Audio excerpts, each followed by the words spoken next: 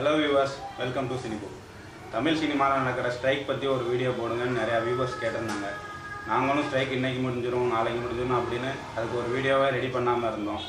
நாங்க சேனல் ஆரம்பிச்ச நேரமோ என்னமோ ஸ்ட்ரைக் முடியற மாதிரி தெரியல. சோ ஸ்ட்ரைக் பத்தின ஒரு வீடியோ.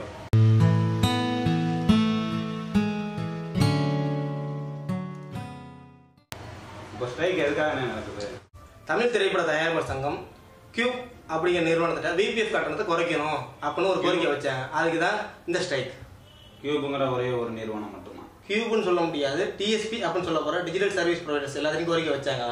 ஆனால் அந்த கியூப், யூஎஃப்ஓ, பிஎக்ஸ்டி அப்படி எல்லா நிறுவனத்தையும் இப்போ கியூபே வாங்கி மோனோபோலி மாதிரி இப்போ செயல்படுறாங்க. அதனால கியூப் நிறுவனத்தை கோரிக்கை வச்சுட்டாங்க. அந்த விபிஎஃப்னா என்ன? அதை நீக்கணுங்கிறதுக்காண்டி ஏன் சொல்றாங்க? விபிஎஃப் அப்படிங்கிறது விர்ச்சுவல் பிரிண்டிங் ஃபீஸ். திரையரங்கத்தில் ஒரு படத்தை திரையிறதுக்காக வாங்குற ஃபீஸ் தான் விர்ச்சுவல் பிரிண்டிங் ஃபீஸ். அதை எதுக்காக நீக்கணும்? அதை நீக்கணும்னா மிகப்பெரிய கதைப்பா. அதாவது சினிமாங்கிறது ஃபர்ஸ்ட் ஆரம்பத்தில் எப்படி எடுத்தாங்கன்னா ஃபிலிமில் எடுத்தாங்க. அதனால ஏகப்பட்ட செலவாச்சு. ஒரு படம் எடுக்கும் போதே படத்தை ஸ்பாட்டில் எடிட் பண்ண முடியாது. ஒரு படத்தை தப்பு இருக்குன்னா திருப்பி ஃபர்ஸ்ட்ல தான் ஷூட் பண்ணணும். இப்படி ஏகப்பட்ட செலவு. இதை எப்படியா நீக்கணும் அப்படின்னு நினச்சி தயாரிப்பாளர் சங்கம் நிறைய நினைச்சாங்க. அப்படி நினைச்ச பீரியடில் ஹாலிவுட்டில் டிஜிட்டல் அறிமுகப்படுத்தினாங்க. டிஜிட்டல் வந்தப்போ தமிழ் சினிமாவில் டிஜிட்டல் வந்து நல்லா இருக்குமே அவங்க நினைச்சாங்க.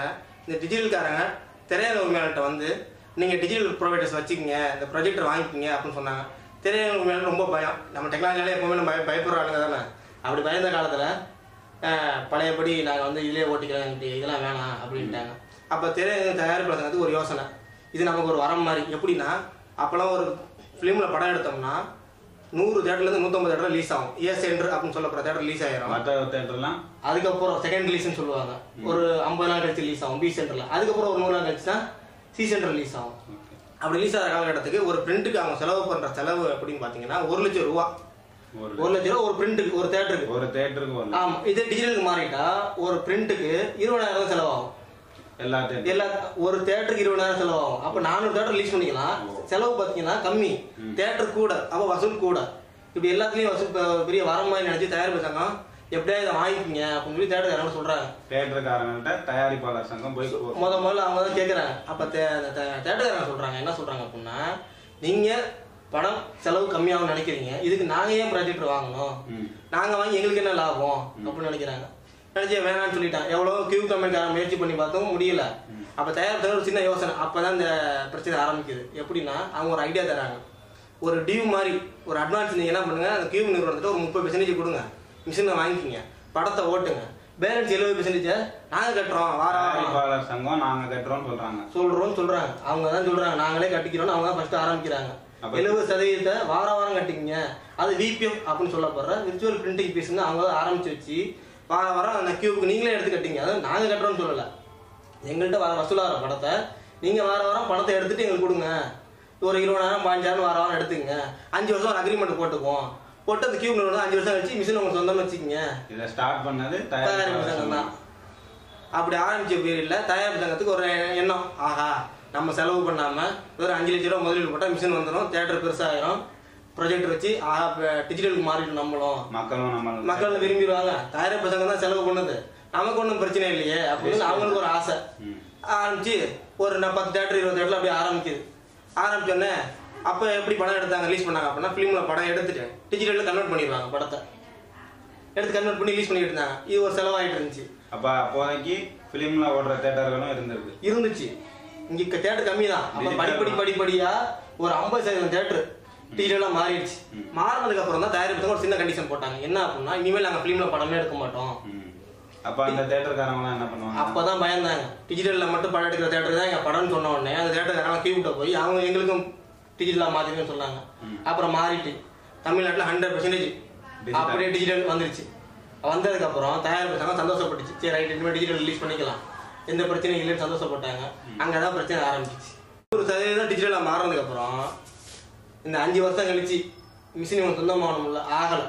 ஏன் ஆகலை அப்படின்னா, 5 வருஷம் அக்ரிமெண்ட் முடிகிற நேரத்தில் இந்த கியூப் கம்பெனிக்கார இன்னொரு ஆஃபர் தரான். எப்படின்னா, பக்கத்தில் ஆந்திரா தேட்டரில் ஒரு தேட்டர் ஒரு புது எக்யூப்மெண்ட் வருது. இந்த இ சினிமா அப்படின்னு சொல்கிறது தான் இந்த டிஜிட்டல் சினிமா.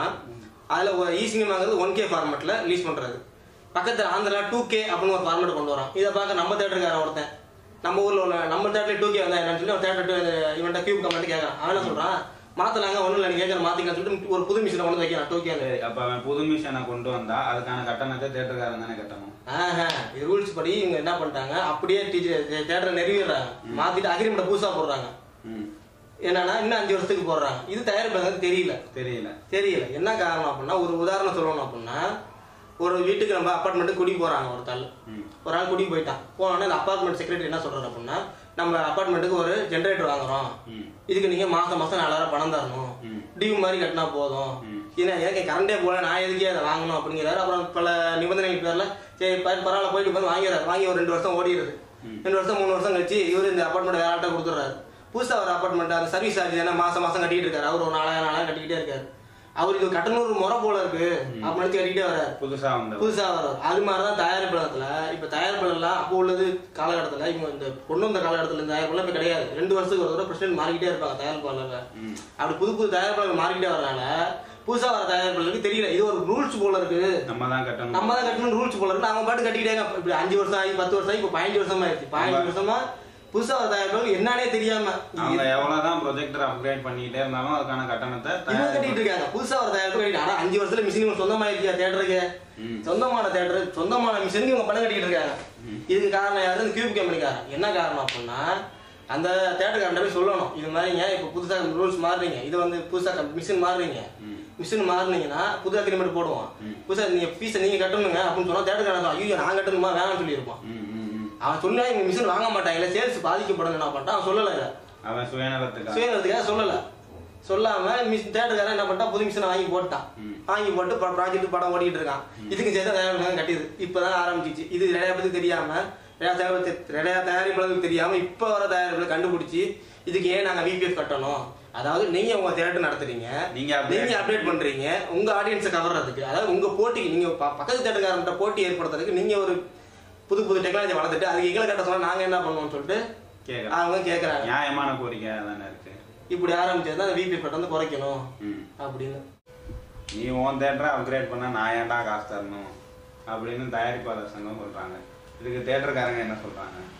தேட்டருக்காரங்களோட பதில் என்னன்னா, நீங்க வந்து பிலிம்ல படம் எடுத்தீங்க, அப்போ ஒரு பிலிமுக்கு ஒரு பிரிண்ட்டுக்கு 1 லட்சம் ரூபாய் செலவாச்சு. இப்போ 20,000 ஆகுது. 80,000 கிட்டத்தட்ட உங்களுக்கு குறையுது. இந்த 80,000 உங்களுக்கு குறையுது இல்லை, நீங்க ஏன் ஃபீஸை கட்டக்கூடாது, எங்களை ஏன் கட்ட சொல்றீங்க அப்படின்னு தேட்டருக்காரங்க கேட்குறாங்க. இதுக்கு தயாரிப்பு சங்கம் என்ன சொல்றாங்க அப்படின்னா, டெக்னாலஜி வளர காசு குறையதான் செய்யும். உதாரணமா நாங்க டிஜிட்டல் அறிமுகப்படுத்தினப்ப போன் வந்து ஒரு காலுக்கு 2 ரூபாயிலிருந்து 5 ரூபா வரைக்கும் பேசிட்டு இருந்தோம். இப்போ ஜியோ வந்து ஃப்ரீயா கிடைக்குது. அப்ப அதுக்காக நாங்க இதுக்கு ஃபீஸை நீங்க ஒரு 2 ரூபா பேசுங்க, இப்பயும் 2 ரூபா கட்டுங்கன்னு சொல்ல முடியுமா? டெக்னாலஜி வளரும் ஃபீஸ் குறையதான் செய்யும். இதான் தயாரிப்பு சங்கம் சொல்லுது. இப்போ இந்த ஸ்ட்ரைக்கை முடிக்கிறதுக்கு 2 தரப்புல இருந்து என்னதான் பேசியிருக்காங்க? ப்ரொடியூசர்ஸ் என்ன சொல்றாங்கன்னா, விபிஎஃப் கட்டணும் நீக்கணும் கியூப்ட பேசி பார்த்தாங்க, முடியல. இப்போ இந்த தேட்டருக்காரங்க என்ன சொல்றாங்கன்னா, நீங்க 50% கட்டுங்க, நாங்கள் 50% கட்டுறோம், ஆளுக்கு 10 பேர் கட்டுவோம் அப்படிங்கிறாங்க. இது ப்ரொடியூசர்ஸ் முடிவு. தேட்டருக்காரங்க என்ன சொல்றாங்க, நாங்களாம் அப்படி கட்ட முடியாது. இப்போ ஆந்திரா கர்நாடகாலாம் எப்படி பெர்சன்டேஜ் பண்ண வாங்குறாங்க, அப்படி வேணா பண்ணலாம், அதுக்கு என்ன ரூல்ஸோ அதே மாதிரி தான் நாங்கள் இங்கே ஃபாலோ பண்ணுவோம் சொல்றாங்க. இந்த பாதி தேட்டருக்காரங்க என்ன பண்றாங்க, அதாவது சிங்கிள் தேட்டர் உரிமையாளர் சில பேர் மட்டும் விசாரணை தனியாக பிரிச்சு நாங்கள் நீங்கள் சொல்ற மாதிரி கேட்குறோம் அப்படின்னு சொல்றாங்க.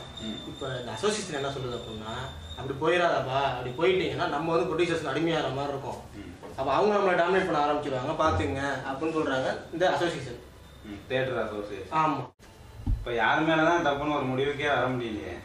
ஒன்றும் இல்லைப்பா, யார் மேலேயும் தப்பு கிடையாது. ஃபர்ஸ்ட் எடுத்தனே தயாரிப்பாளர் சங்கம் வந்து இந்த ரூல்ஸ் இந்த மிஷினை இறக்கும் போதே நாங்கள் ஃபர்ஸ்ட் இன்ஸ்டால்மெண்ட் மட்டும் தான் பணம் தருவோம், 2வது இன்ஸ்டால்மெண்ட்லாம் நீங்கள் இம்ப்ரூவ் பண்ணீங்க, டெக்னாலஜி மாற்றிக்கிறீங்க, அப்போ நாங்கள் பணம் தர மாட்டோம்னு சொல்லியிருந்தாங்கன்னா அவங்களுக்கு அப்போ தெரியல, அப்போ உள்ள ஆளுங்களுக்கு இவ்வளோ டெக்னாலஜி வளரும்னு தெரியல. அதனால் அவங்களுக்கு சொல்லியிருந்தாங்கன்னா இன்னைக்கு பிரச்சனை வந்திருக்காது. முதல் தப்பு அவங்க மேலே, சின்ன தப்பு. தேட்டருக்காரங்க அப்கிரேட் பண்ணுறோம், நம்ம தேட்டருக்காக நம்ம அப்கிரேட் பண்ணுறோம், அவங்கள்ட்ட ஒரு என்ஓசி வாங்கிக்குவோம், தயாரிப்பு சங்கத்தை போய் கேட்டு ஏங்க இது மாதிரி நாங்கள் ஒரு மிஷின் மாற்ற போகிறேன், 1Kலேருந்து 2Kக்கு மாற்ற போகிறேன், நீங்கள் என்ன சொல்கிறீங்க அப்படின்னு அவங்கள்ட்ட ஒரு அப்ரூவ் கேட்டிருந்தாங்கனாலும் பரவாயில்ல. இவங்களும் சொல்லல.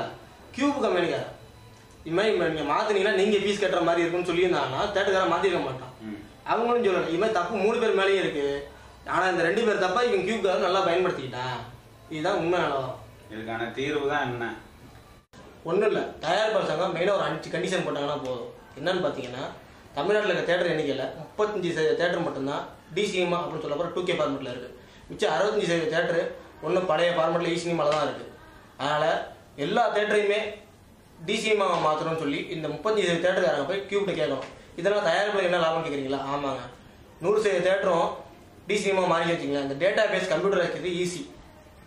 அப்புறமேட்டு என்ன பார்த்தீங்கன்னா ஆடியன்ஸோட எண்ணிக்கை அதிகமாகும். என்ன எப்படி பார்த்தீங்கன்னா ஒரு சிட்டிக்குள்ளே இருக்க தேட்டரு ஒரு சிட்டிக்குள்ளே இருக்க தேட்டரோட வசதி ஒரு கிராமத்தில் இருக்க தேட்டருன்னு கிடச்சின்னு வச்சிங்களேன். ஒரு அவுட்டரில் அந்த கிராமத்தில் உள்ள ஆடியன்ஸு அதிகமாக தேட்டருக்குள்ளே போவாங்க. சுத்தபத்தமாக theatre, digitalised theatre, extra quality உள்ள தேட்டரு, இப்படி எல்லாமே வந்து ஆடியன்ஸ் கவர் பண்ணுவாங்க.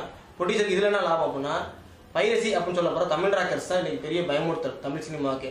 அவங்கள ஒழிக்க மிகப்பெரிய ஆயுதம் தான் டி சினிமாங்கிறது. எப்படி டி சினிமாவில் பதிவு பண்ணாங்கன்னு வச்சுங்களேன், எந்த தேட்டரில் பதிவு பண்ணாங்கன்னு வாட்டர் மார்க் அந்த 3D விசிலில் விழுந்துடும். அப்போ அந்த தேட்டரை பார்த்து லைசன்ஸை ரத்து பண்ணிடலாம். டி சினிமாவில் பண்ண முடியாது. தேட்டருக்காரங்களுக்கு ஒரு பயம் வந்துடும். ஒரு நம்ம தேட்டர் மாட்டிக்கும் லைசன்ஸ் ரத்தாயிரம் பயம் வந்து அவங்களும் அதை ஒத்துழைக்க மாட்டாங்க. அப்போ தமிழ் சினிமா மிகப்பெரிய யமன் ஒழிஞ்சிருவோம். தயாரிச்சாலும் அவங்களோட கோரிக்கையை நிறைவேற்றுற மாதிரி ஆயிரும். தேட்டருக்காரங்களுக்கு பார்த்தீங்கன்னு வச்சுங்களேன், நிறையா பேர்த்தால வந்து அப்டேட் பண்ண முடியாது. ஏன்னா காசு இல்லாத சூழ்நிலை. அப்படி தயாரிப்படுத்தாங்கமே காசு கொடுத்து அப்டேட் பண்ண சந்தோஷமாக வாங்கிக்குவாங்க. தேட்டருக்காரங்க லாபம். கியூப் கம்மிக்காரங்க என்ன லாபம் பார்த்தீங்கன்னு வச்சுங்களேன், 35% மட்டுமே டி சினிமா வச்சிருக்கவனுக்கு 100% டி சினிமா மாற்றி தான் அவனை கஸ்டமர் அதிகமாக்கிறாங்க. அவனுக்கு சேவை அதிகமாகுது, சேல்ஸ் அதிகமாகுது. அடுத்தடுத்து அவனோட இம்ப்ரூவ் பண்ண அவனோட டார்கெட் அதிகமாகிட்டே போகும். அப்போ அவனுக்கு லாபம் தான். இப்படி 3 பேத்துக்குமே பெனிஃபிட் அமையறனால இந்த தீர்வு கொண்டு வரணும்னு நான் நினைக்கிறோம். தயாரிப்பு 2வது கோரிக்கை என்ன இருக்குன்னு பார்த்தீங்கன்னு வச்சுங்களேன், இந்த ஓன் ப்ராஜெக்ட் வச்சுட்டாங்க பார்த்தீங்களா, சத்தியம், மாயாஜல், ஐநாக்ஸ் மாதிரி தேட்டர், அவங்களுக்கு இன்னொரு தேதியிலேருந்து எந்த ஒரு புதுசாக விஎஃப்எஃப் கட்டணும் வாங்கக்கூடாது அப்படிங்கிற கண்டிஷனை போட்டுருணும். 3ஆவது கண்டிஷன், புதுசாக தேட்டருக்காரங்க ஏதாவது அப்டேட் பண்ணுறாங்கன்னு வச்சுங்க, எங்கள் ஓன் ப்ராஜெக்டை வந்து நாங்கள் வந்து மாற்றுறோம், விபிஎஃப் கட்டணும் வந்து அதுக்கப்புறம் வர பீஸ் ஃபுல்லாத்தையும் இந்த தேட்டருக்காரங்க தான் கட்டணும். அதாவது உதாரணமாக 2Kலேருந்து 4Kக்கு மாற்றினான்னு வச்சுங்க, அதுக்கான விபிஎஃப் கட்டணத்தை தயாரிப்புகள்கிட்ட வாங்கக்கூடாது. அந்த அப்கிரேட் பண்ணுற தேட்டருக்காரங்கள்ட்ட தான் வாங்கணும். 4வது கண்டிஷன், புதுசாக இந்த 2K இல்லை 8K பக்கத்து ஊரில் இருக்கிற புதுசாக கொண்டு வரணும்னு தேட்டருக்காரங்க நினைக்கிறான்னு வச்சுங்க, தயாரிப்பு சங்கத்துலேருந்து ஃபஸ்ட்டு ஒரு NOC வாங்கணும்.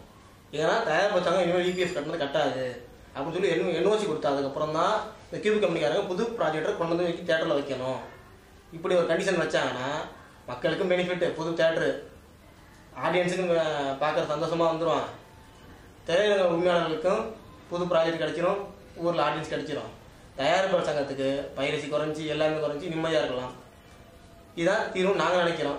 இது நீங்கள் நம்புவீங்கன்னு நினைக்கிறோம். உங்களோட ஏதாவது கமெண்ட் இருந்தால் சொல்லுங்கள். உங்களுக்கு இந்த வீடியோ பிடிச்சிருந்துச்சுன்னா லைக் பண்ணுங்கள்.